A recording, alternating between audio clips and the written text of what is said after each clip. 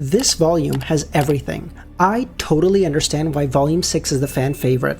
Amon being Amon, the truth of the world, gods coming down from the heavens, and even a twist that left me speechless. The Chernobyl reveal. Oh my god, the Chernobyl reveal. And Klein saying, one more time, I understand it now. And let's break down why Volume 6 is the fan favorite and talk about why this volume might end up being one of the most explosive turning points in the series. Spoilers up ahead until the end of Volume 6, so if you haven't finished it, please turn back now. Before I get into everything, let me just glaze Volume 6 for a minute, okay? Because this shit literally deserves it. Cuttlefish might have done some interdimensional crack to come up with this, because this requires some actual big brain multiversal understanding of the universe. What in the fuck? How does a human come up with this? I love this volume so goddamn much. For so long, Derek described the Forsaken Land of the Gods, but seeing it through Klein's eyes really puts into perspective just how hellish this place really is. This isn't survival, it's suffering stretched across centuries. And if you thought the City of Silver had it bad, which they did right up until now, the Moon City is proof that somewhere, somehow, some person just has it fucking worse than you do. This world doesn't let you forget that misery isn't evenly distributed, and that's part of what makes it feel so real. Amon killing Palez might be one of the most brutal reminders of scale we've had so far. Palez finally becomes a Sequence 1, returns to his former glory, and he's like, oh yes, I'm feeling good. And Amon takes him out in a minute. Amon is like, oh, I was actually just waiting for this. You have activated my trap card. Like it was fucking Tuesday brunch. Excuse me? This is Cuttlefish reminding us that even when Klein himself reaches Sequence 1, which I imagine will happen pretty soon, even when he becomes unimaginably strong, there's still people and beings like Amon. He's not the final boss. He's just a nightmare lurking off screen, waiting until you give him an opportunity. Not even just waiting to beat you, because he could kind of do that whenever. He's waiting to beat you at a time when you think you're like in your groove. You're like, oh, like I've got it. Oh my god. What makes their interaction fascinating between Klein and Amon isn't the violence, it's the conversation.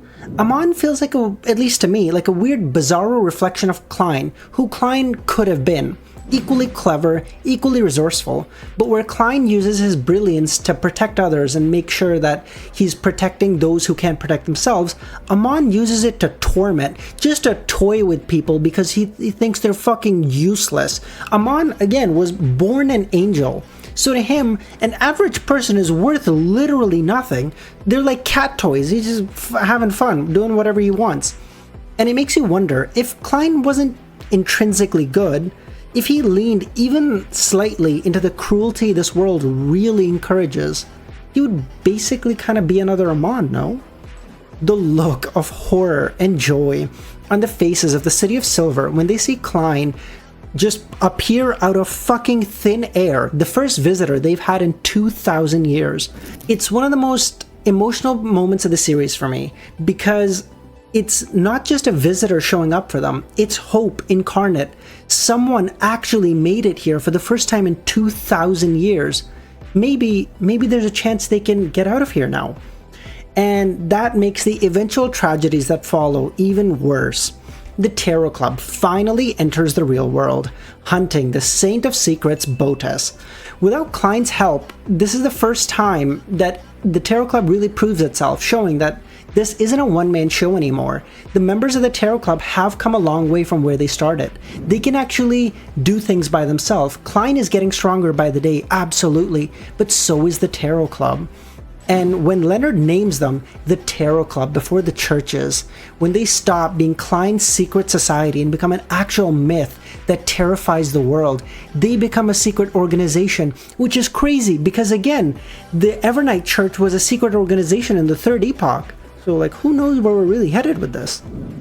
I have to say it, the Chernobyl reveal might be the single greatest plot twist I've ever read. I've been spoiled on plenty of things in this series, thankfully pretty small ones. My mods have done an incredibly good job. But the moment I realized that this world is Earth, I was floored. In hindsight, it's so obvious The moon is the same. We talk about other planets. It seems so obvious, and yet in hindsight, it was like totally impossible to predict. Now, thinking back, so obvious, but that's kind of what good foreshadowing should be. It should be obvious in hindsight, but when you're actually reading it for the first time, it's just impossible. The blasphemy slate being from the original creator and the ancient sun god. I'll be honest, it felt kind of anticlimactic to me. But maybe that's the point. Not everything needs to be some earth-shattering reveal. Sometimes it's just an answer. Sometimes the truth is just there. The ending was just insane. Klein losing his shadow, splitting into this unhinged version of himself. That's the Gehrman Sparrow that the world really thinks he is. Just a brutal, erratic, unflinching lunatic who cares for nothing and no one else. Colin's death and Lovia's redemption. Because I'll be honest, I was so sure right from the very start that Lovia was gonna betray the City of Silver. I was there and I was like, the true creator at some point is gonna beam some like revelation to her and she's gonna turn on them and she's gonna try to backstab Colin and Derek and my boy Klein's gonna have to save them. But her dying and her dying words being, "I never betrayed the City of Silver." Oh, that hit me so hard because I was so sure. I was so sure that she was evil. But her showing like, no, like just because you thought of me that way, I still didn't do anything. I even, despite the fact that you treated me like I was evil and that I was betraying those that I care about, I stayed true to who I was right up until the very end. That was beautiful to me. Colin's death, I saw coming. I think, I'm guessing a lot of people did as well, because Colin's death to me kind of made sense. Colin was the last of the old elders. He was the last elder of the City of Silver that oversaw it in darkness, that oversaw it through all the rough period that it had to go. So it made sense that his dying, there would be a new elder who would now bring in the light. Derek, the light bringer. He would be the one who begins to oversee the City of Silver when it's sitting in light and not darkness. And I think that's beautiful. But Amon stealing this blasphemy slate right after? Little shit, bro. All my fucking homies hate Amon. Are you fucking kidding me? My boy Colin is dying. And Amon's like, tee-hee-hee, little blasphemy slate all for me. Fuck this guy, dude. Oh my god. Get me the fuck out of here. My theory, since Volume 2 was right, the great old ones are basically super gods. To me, they're always going to be super gods because I've been calling them super gods way back when. Above the sequences, above it all. And of course, Amon couldn't just let Klein just know this revelation. He had to use it, to weaponize it, to try and corrupt Klein. Dude, I fucking hate Amon so much. Holy shit. Kotar. Another reminder that surviving on the seer pathway, you just have to be an intelligent and cunning beyond belief. Zaratul, Kotar, Klein, everyone that we know from the seer pathway that has become high rankers are not only incredibly, unbelievably smart, but ruthless, because everyone around them just turns into a lunatic or a corpse, and they walk through that world becoming not only strong, but fucking angels, man.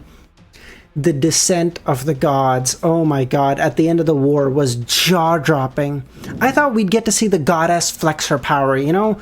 I thought it'd be like a 2v1 where the goddess shows like, hey bitch, there might be two of you, but I'm still about to kick some ass. But it was actually Lilith stealing the show. Lilith?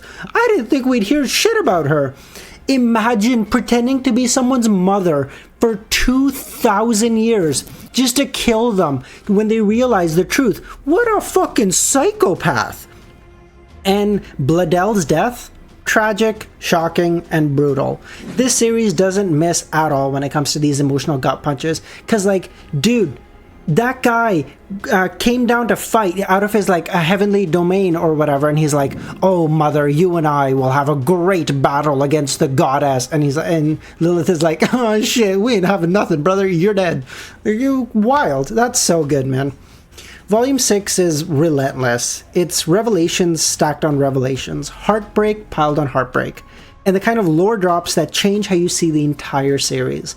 From Chernobyl to Amon's little shit games to the death of legends, this isn't just another volume. This is the volume where Lord of the Mysteries became just a phenomenal piece of literature to so many around the world. I'm not gonna lie, so far it is my favorite volume. So, What was your favorite moment from Volume 6? Was it the Chernobyl reveal? The Descent of the Gods? Amon being the little shit he always is? Let me know in the comments.